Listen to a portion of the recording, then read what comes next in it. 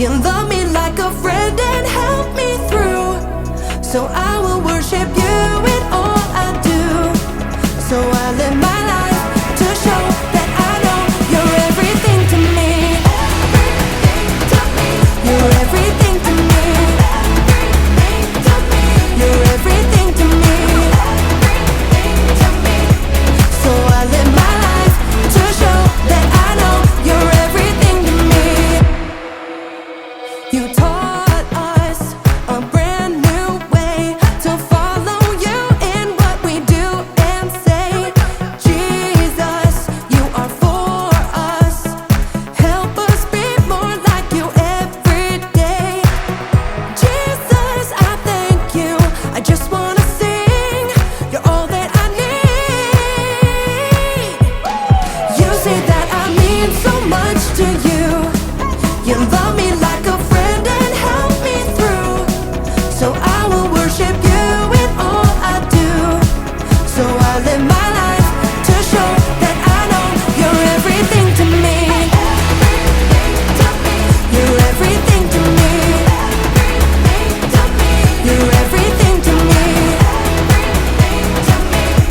So I live my life to show that I know you're everything to me. I'm gonna lift my voice to you. Jesus, you make me sing. I'm gonna live my life for you. You're everything to me. I'm gonna lift my voice to you. Jesus, you make me sing. I'm gonna live my life for you. You're everything to me. You say that I mean so much to you. You love me like a friend and help me through. So I will worship you in all I do. So I live my life to show that I know. You say that I mean so much to you. You love me like a friend and help me through. So I will worship you in all I do. So I live my life to show that I know you're everything to me. You're everything to me. You're everything to me. So I live my life to show that I know you're everything to me.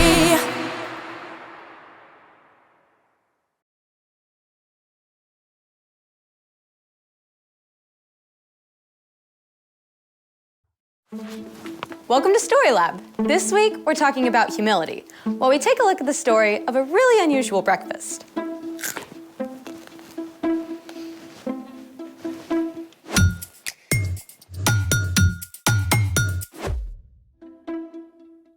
Hey, I'm Skylar. And I'm Sebastian. We're talking about humility, which is putting others first by giving up what you think you deserve. So what are we doing today?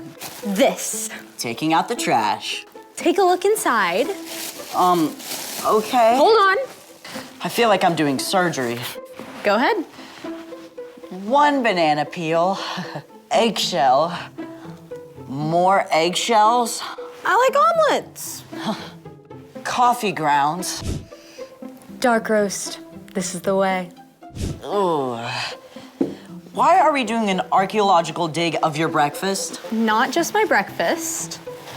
Let me guess, you lost a contact? Nope. I give up. What do you see? A bunch of garbage. I see pure gold. I think you need to get your eyes checked. This stuff can turn into something amazing. What? Ta-da! Dirt. Not just any old dirt. Compost. Compost is decayed organic matter used to fertilize and nourish garden soil. This stuff adds all kinds of nutrients. It can make plants grow like crazy.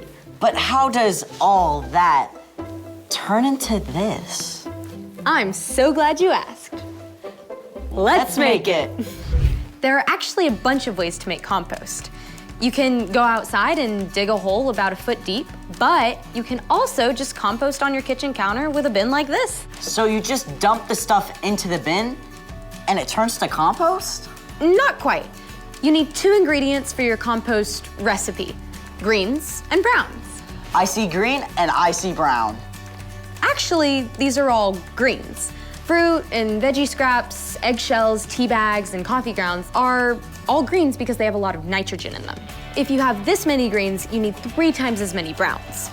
Ooh, will these do? Nope. Browns are rich in carbon, stuff like shredded newspaper, dried leaves, and cardboard. We need to feed our compost with 1 part greens and 3 parts brown. I'm on it. All right, that's 1 green, and then 3 brown.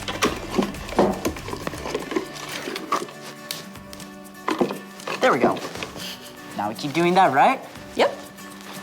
2 2. and 3. And then we need 1 of this. Yes. Well, it is basically garbage.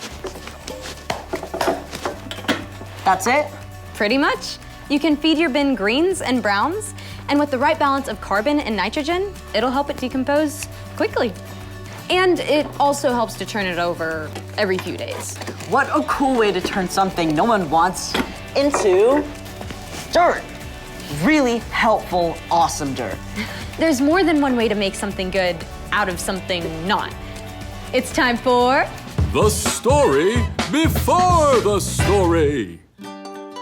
Today, we're in John, the 4th book in the New Testament. But before John, in the very beginning, out of a deep, deep love, God made an amazing world. But when people turned away from God, the world was broken. God made a plan to draw people back into relationship. So at the right time, God sent his very own son, Jesus, to come live among us. When Jesus grew up, he traveled from town to town, teaching and healing. But the religious leaders made plans to get rid of him. Jesus was crucified on a cross and died. But early Sunday morning, Jesus returned to life. Lots of his friends saw him. Which is where our story starts. Take it away. Hey everyone, I'm Chloe. Hey, Chloe. After Jesus defeated death, he appeared to Mary Magdalene and then to his closest friends, and lots of other followers too. We can only imagine how amazed and overjoyed they were, and how many questions they had, especially Peter. I said 3 times I didn't know Jesus. Is he angry with me? Does he still want me to be his friend? It was true. The night before Jesus was crucified, Peter had promised he would die before denying Jesus. Where I am going, you can't follow now, but you will follow me later. Lord, why can't I follow you now? I will give my life for you. Will you really give your life for me? Before the rooster crows, you will say 3 times that you don't know me. Within hours, Jesus was arrested. Many of Jesus' friends had fled, but Peter followed behind, trying to remain unnoticed. As Jesus was questioned by the high priest, Peter stayed outside, warming himself by a fire. A servant girl questioned him. You aren't one of Jesus' disciples too, are you? Peter was cold and scared, so he let fear take over. I am not. 2 more times, Peter denied knowing Jesus. Then, a rooster crowed, just as Jesus had said, and Peter realized the terrible thing he had done. That had only been a short time before. Even though Jesus was now alive again, Peter wasn't sure what Jesus thought of him. So, Peter did what he often did when something was bothering him. He gathered a few friends and went fishing. All night long, they threw out their nets, but by early morning, they still hadn't caught a single fish. As they returned to shore, they saw a lone figure standing there. Friends, don't you have any fish? No. Throw your net on the right side of the boat. There you will find some fish. That makes 0 sense. Even though it seemed ridiculous, Peter gave it a try. And within moments, the net was so full of fish, they couldn't even pull it onto the boat. It's Jesus. In his excitement, Peter forgot his worries and splashed as fast as he could toward Jesus. When he reached the shore, Peter found that Jesus had already cooked fish over a campfire. Come and have breakfast. Jesus offered the fish and some bread to Peter and his friends. The last time they had eaten together was the night Jesus died. But so much had happened since then. They may have been quiet as they ate, wondering how things would be different now. When they finished breakfast, Jesus called Peter aside. Maybe they took a walk on the beach. I bet Peter's heart was pounding fast. This is it. Peter, do you love me more than these others do? This was not what Peter expected. He took a deep breath and answered. Yes, Lord. You know that I love you. Feed my lambs. Now, let's be clear. There were no sheep on the beach. Jesus didn't mean for Peter to take some lambs out into a field of green grass. But many times, Peter had heard Jesus call himself the Good Shepherd, while the people around him were like sheep. Jesus wants me to take care of the people who follow him. Again, Jesus asked, Peter, do you love me? Yes, Lord. You know that I love you. Take care of my sheep. Peter was getting anxious again. Why had Jesus asked a second time? Didn't Jesus believe him? A third time, Jesus asked, Peter, do you love me? Lord, you know all things. You know that I love you. Feed my sheep. Peter was frustrated that Jesus kept repeating this until he realized. Jesus has asked me 3 times if I love him. Maybe that's once for every time I said I didn't know him. Jesus had not only forgiven Peter, Jesus was inviting Peter to care for all the people who would follow Jesus now and in the years to come. Following Jesus wouldn't be easy, but it would be worth it. Every step of the way. The end. Wow, so Peter really messed up, but Jesus still loved him. Yeah, Jesus didn't leave him hanging. Exactly. Peter was the one who denied Jesus, but Jesus took time to make it right between them. So, what's our part in the story? Well, if someone wrongs you, it's super easy to stay mad. But even if you feel like you have a right to stay mad, humility means choosing to forgive and make things right. Maybe your friend didn't call and invite you to their house on Saturday like they said they would. Instead of being mad and refusing to talk to them until they talk to you first, you can go to your friend. You can tell your friend you were hurt, but still care about them and want to hang out. Or your big sister promised to give you a ride to school, but she left early, and you had to wait for the bus in the rain. Instead of giving your sister the cold shoulder, go to her. Tell her that it wasn't okay, but you still love her. And if you are the one who hurt someone else, it's just as important to make things right with them. This is not easy stuff. But it's super important. You're absolutely right. See you next time. Bye, Chloe. So here's the thing. Put others first by making things right.